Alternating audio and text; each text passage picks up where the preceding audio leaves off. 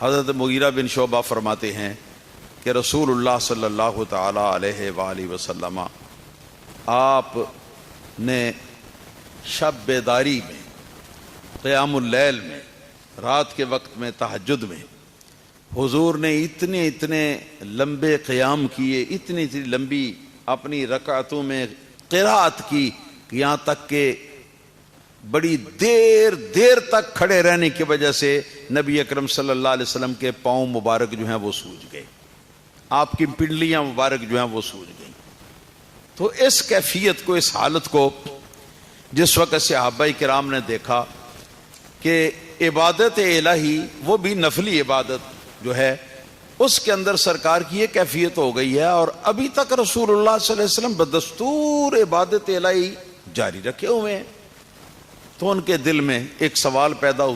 ہوتا ہے جو انہوں نے نبی کریم صلی اللہ علیہ وسلم کی بارگاہ عالیہ میں عرض کیا ہے۔ وہ کیا ہے سوال یہ ہوا، قیل لہ، سرکار سے عرض کیا گیا، تتکلف ھذا، کہ حضور کیا اتنی شدید عبادت کا، اتنی شدید قیام اللیل کا اور شب بیداری کا تکلف فرماتی ہیں آپ، یعنی تکلیف اٹھا کر، مشقت اٹھا کر یہ قیام اللیل کی عبادت اور تہجد جو ہے اس کو سرکار آپ ادا فرماتی ہیں۔ وقد غفر اللہ لک ما تقدم من ذنبک وما تاخر، حالانکہ اللہ پاک نے تو تمہارے اگلے پیچھے معاملات سارے کے سارے آپ کو معاف فرما دیے۔ حضور آپ کو تو اب سب کچھ معاف ہے اللہ تعالیٰ کی طرف سے، لیکن اس کے باوجود آپ کو اتنی کیا ضرورت پڑی ہے کہ آپ اس حد تک اللہ تعالیٰ کی عبادت میں تکلف اور مشقت جو ہے اس کو برداشت کریں کہ آپ کی مبارک پنڈلیاں اور مبارک پاؤں جو ہیں وہ سوج جائیں، ان پر سوج آ جائے۔ تو رسول اللہ صلی اللہ تعالی علیہ وسلم نے اس بات کو سنتے ہی فوراً فی البدی یہ فکرہ ایک دم ارشاد فرما دیا کہ افلا اکون عبدا شکورا، اللہ کا، میرے اللہ کا مجھ پر اتنا فضل ہے، میرے اللہ کا مجھ پر اتنا احسان ہے، میرے اللہ کا مجھ پر اتنا کرم ہے، میرے اللہ نے مجھے اتنے مرتبے عطا فرمائے ہیں، اتنا قرب اللہ پاک نے مجھ کو عطا فرمایا ہے، تو ان قرب کے اور مراتب جو ہیں اور جو کچھ اللہ پاک کے انعامات ہیں، ان کے بدلے میں کیا مجھے اللہ تعالیٰ کا شکر گزار بندہ نہ بننا چاہیے؟ یہ امت کی تعلیم کے لیے ہے، امت کی تعلیم کے لیے ہے، وگرنہ تو سرکار دو عالم صلی اللہ تعالی علیہ وسلم نے اتنا قیام فرمایا ہے کہ یہاں تک کہ خدا تعالی بھی قرآن پاک کے اندر اپنے حبیب صلی اللہ علیہ وسلم کو مخاطب کرتے ہوئے فرمانے لگا، قم اللیل الا قلیلا۔ اللہ پاک نے فرمایا جتنا قیام اللیل حضور آپ کرتے ہیں اس قیام اللیل کو ذرا کم کر دیجیے، کم کر دیجیے۔ تو یہ سرکار دو عالم صلی اللہ علیہ وسلم کی عبادت تھی، اور میرا تو خیال ہے یہ اکیلی حدیث ہی کافی ہے، ہاں جی، اس بات کو پہچاننے کے لیے کہ ہمیں اللہ پاک کی عبادت جو ہے اس میں کس طرح منہمک رہنا چاہیے۔ اور میں ابتدا میں بتا چکا ہوں کہ یہ بات فرض عبادت کی نہیں ہے۔ امام ترمذی نے جو عنوان قائم کیا نا، باب ما جاء فی عبادت رسول اللہ صلی اللہ علیہ وسلم، تو اس سے مراد فرائض والی عبادت نہیں ہے، بلکہ اس سے مراد عبادت نفلی عبادت ہے۔ تو اللہ پاک اس سے ہمیں سبق حاصل کرنے کی توفیق عطا فرمائے۔ حدیث تو میں نے ایک عرض کر دی، مگر میں آپ حضرات کو یہ بھی بتا دینا چاہتا ہوں کہ رسول اللہ صلی اللہ تعالی علیہ وسلم نے اللہ تعالیٰ کی عبادت یہ کب سے شروع کی؟ جہاں تک ہمیں معلوم ہوتا ہے کہ رسول اللہ صلی اللہ تعالی علیہ وسلم جب سے باہوش و حواس ہوئے ہیں، سرکار دو عالم صلی اللہ تعالی علیہ وسلم نے اللہ تعالیٰ کی عبادت کی ہے۔ آپ کرتے رہے ہیں، اللہ تعالیٰ کی ہمیشہ عبادت کرتے رہے، مگر یہ تھا کہ جس وقت سرکار کی عمر شریف 40 برس کے قریب ہونے لگی تو نبی پاک صلی اللہ تعالی علیہ وسلم کی اب یہ کیفیت ہو گئی کہ سرکار کو بغیر عبادت الہی کے اور کچھ سوچتا ہی نہیں تھا۔ تو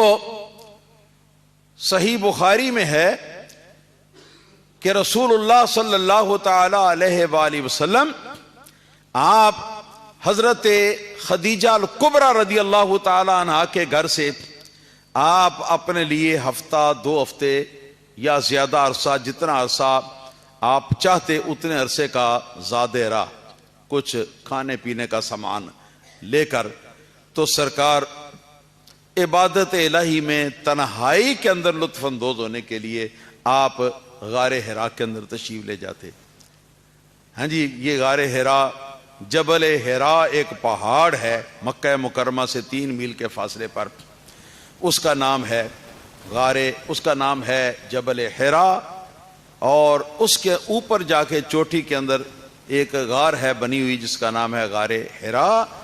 کہ اس غار کے اندر سرکار دو عالم صلی اللہ تعالی علیہ وسلم وہاں تشریف لے جاتے، اور وہاں جا کے بالکل تنہائی کے اندر پوری دنیا سے کٹ آف ہو کے اپنے رب کے ساتھ رو لگاتے۔ یہ رسول اللہ صلی اللہ تعالی علیہ وسلم کا اس زمانے میں عبادت کا انداز تھا۔ پھر جس وقت آپ کا توشہ ختم ہو جاتا، پانی اور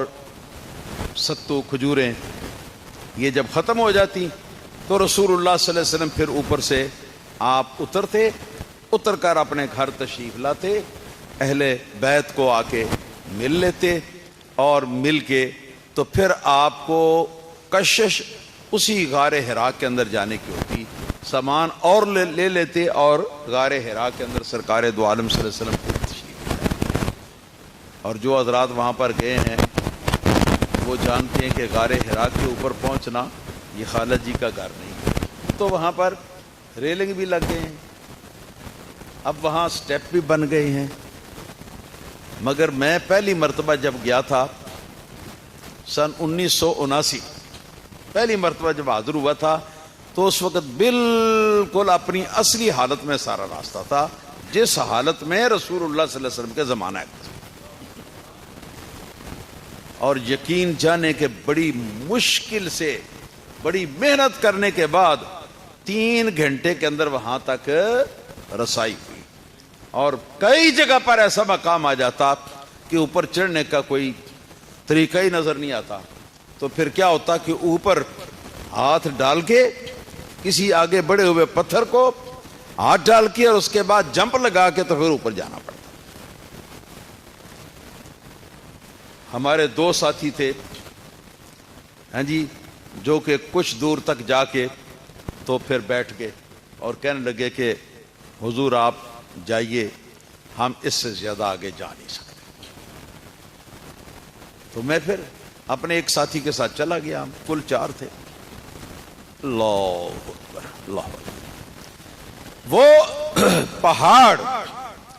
جس پہاڑ کا نام تھا جبل حرا، اس کا نام آج ہے جبل النور، اور وہ غار اس کے اوپر جس کا نام غار حرا تھا، ہاں جی، اس غار کا اسلامی نام جو ہے وہ ہے غار نور، کیونکہ اسی غار کے اندر سرکار دو عالم صلی اللہ تعالی علیہ وسلم کو نبی اللہ پاک کی بارگاہ میں جو قرب ہے اس کا انتہائی درجہ اسی غار کے اندر سرکار کو حاصل ہوا تھا، اور اسی کا نور جو ہے اس غار کے اندر جگمگایا تھا۔ اب سرکار نے، اس سے ظاہر ہوا کہ ابھی آپ کو مبعوث نہیں فرمایا گیا تھا، یعنی تبلیغ نبوت کے لیے احکام نہیں جاری ہوئے تھے، تو تب سے سرکار اللہ پاک کی عبادت کرتے تھے۔ اب یہاں پر ائمہ دین نے یہ سوال ایک قائم کیا ہے کہ پھر حضور اس زمانے میں جو عبادت کرتے تھے وہ عبادت تھی کس طرح کی، کیسے عبادت کرتے؟ بعض نے کہا کہ وہ عبادت جو ہے نا، وہ کوئی حضرت آدم علیہ الصلوۃ والسلام کی شریعت کے مطابق عبادت کرتے تھے، بعضوں نے یہ کہا حضرت نوح علیہ السلام کی شریعت کے مطابق عبادت کرتے، بعضوں نے کہا حضرت ابراہیم علیہ السلام کی شریعت کے مطابق عبادت کرتے تھے، بعضوں نے کہا حضرت موسیٰ علیہ السلام کی شریعت کے مطابق، اور بعضوں نے کہا حضرت عیسیٰ علیہ السلام کی شریعت کے مطابق سرکار دو عالم صلی اللہ علیہ وسلم عبادت کرتے تھے۔ مگر محققین نے فرمایا کہ اس طرح کے عقلی ڈھکوسلے جو ہیں وہ ہمارے رسول کریم صلی اللہ تعالی علیہ وسلم کے معاملے کے اندر قابل قبول نہیں ہو سکتے۔ تو پھر کیا تھا؟ جہاں تک معلوم ہو سکا اس کی روشنی یہ تھا کہ مخلوق الہی سے کٹ کر دور ہو کر عین تنہائی کے اندر اپنے رب تعالیٰ کے قرب کے سرکار مزے لیتے تھے، اپنے رب تعالیٰ کی محبت کے سرکار مزے لیتے تھے، اور اپنے قلب، اپنی روح اور اپنے ذہن کے مطابق اللہ پاک کی نعمتوں کا جو باطنی نعمتیں ان کا مشاہدہ فرماتے تھے، اور اللہ پاک کی جو نعمتیں ہیں ظاہری اور باطنی ان کا اپنے قلب و دماغ کے ساتھ تشکر ادا فرماتے تھے، اور اللہ تعالیٰ کی نعمتیں جو ہیں ان کے اندر فکر اور تدبر فرماتے تھے، اور اللہ تعالیٰ کے قرب کی جو منزلیں ہیں ان کے اندر آپ تفکر اور تدبر فرماتے تھے۔ یہ تھی رسول اللہ صلی اللہ علیہ وسلم کی اس زمانے کی عبادت۔ مگر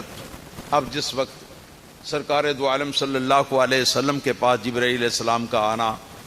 وہی لے کر شروع ہوا، تو اس کے بعد سے پھر عبادت آپ اس طریقے سے کرتے تھے جس طریقے سے آپ کی اپنی شریعت کے اندر اللہ پاک نے عبادت کا طریقہ سرکار کو سمجھایا۔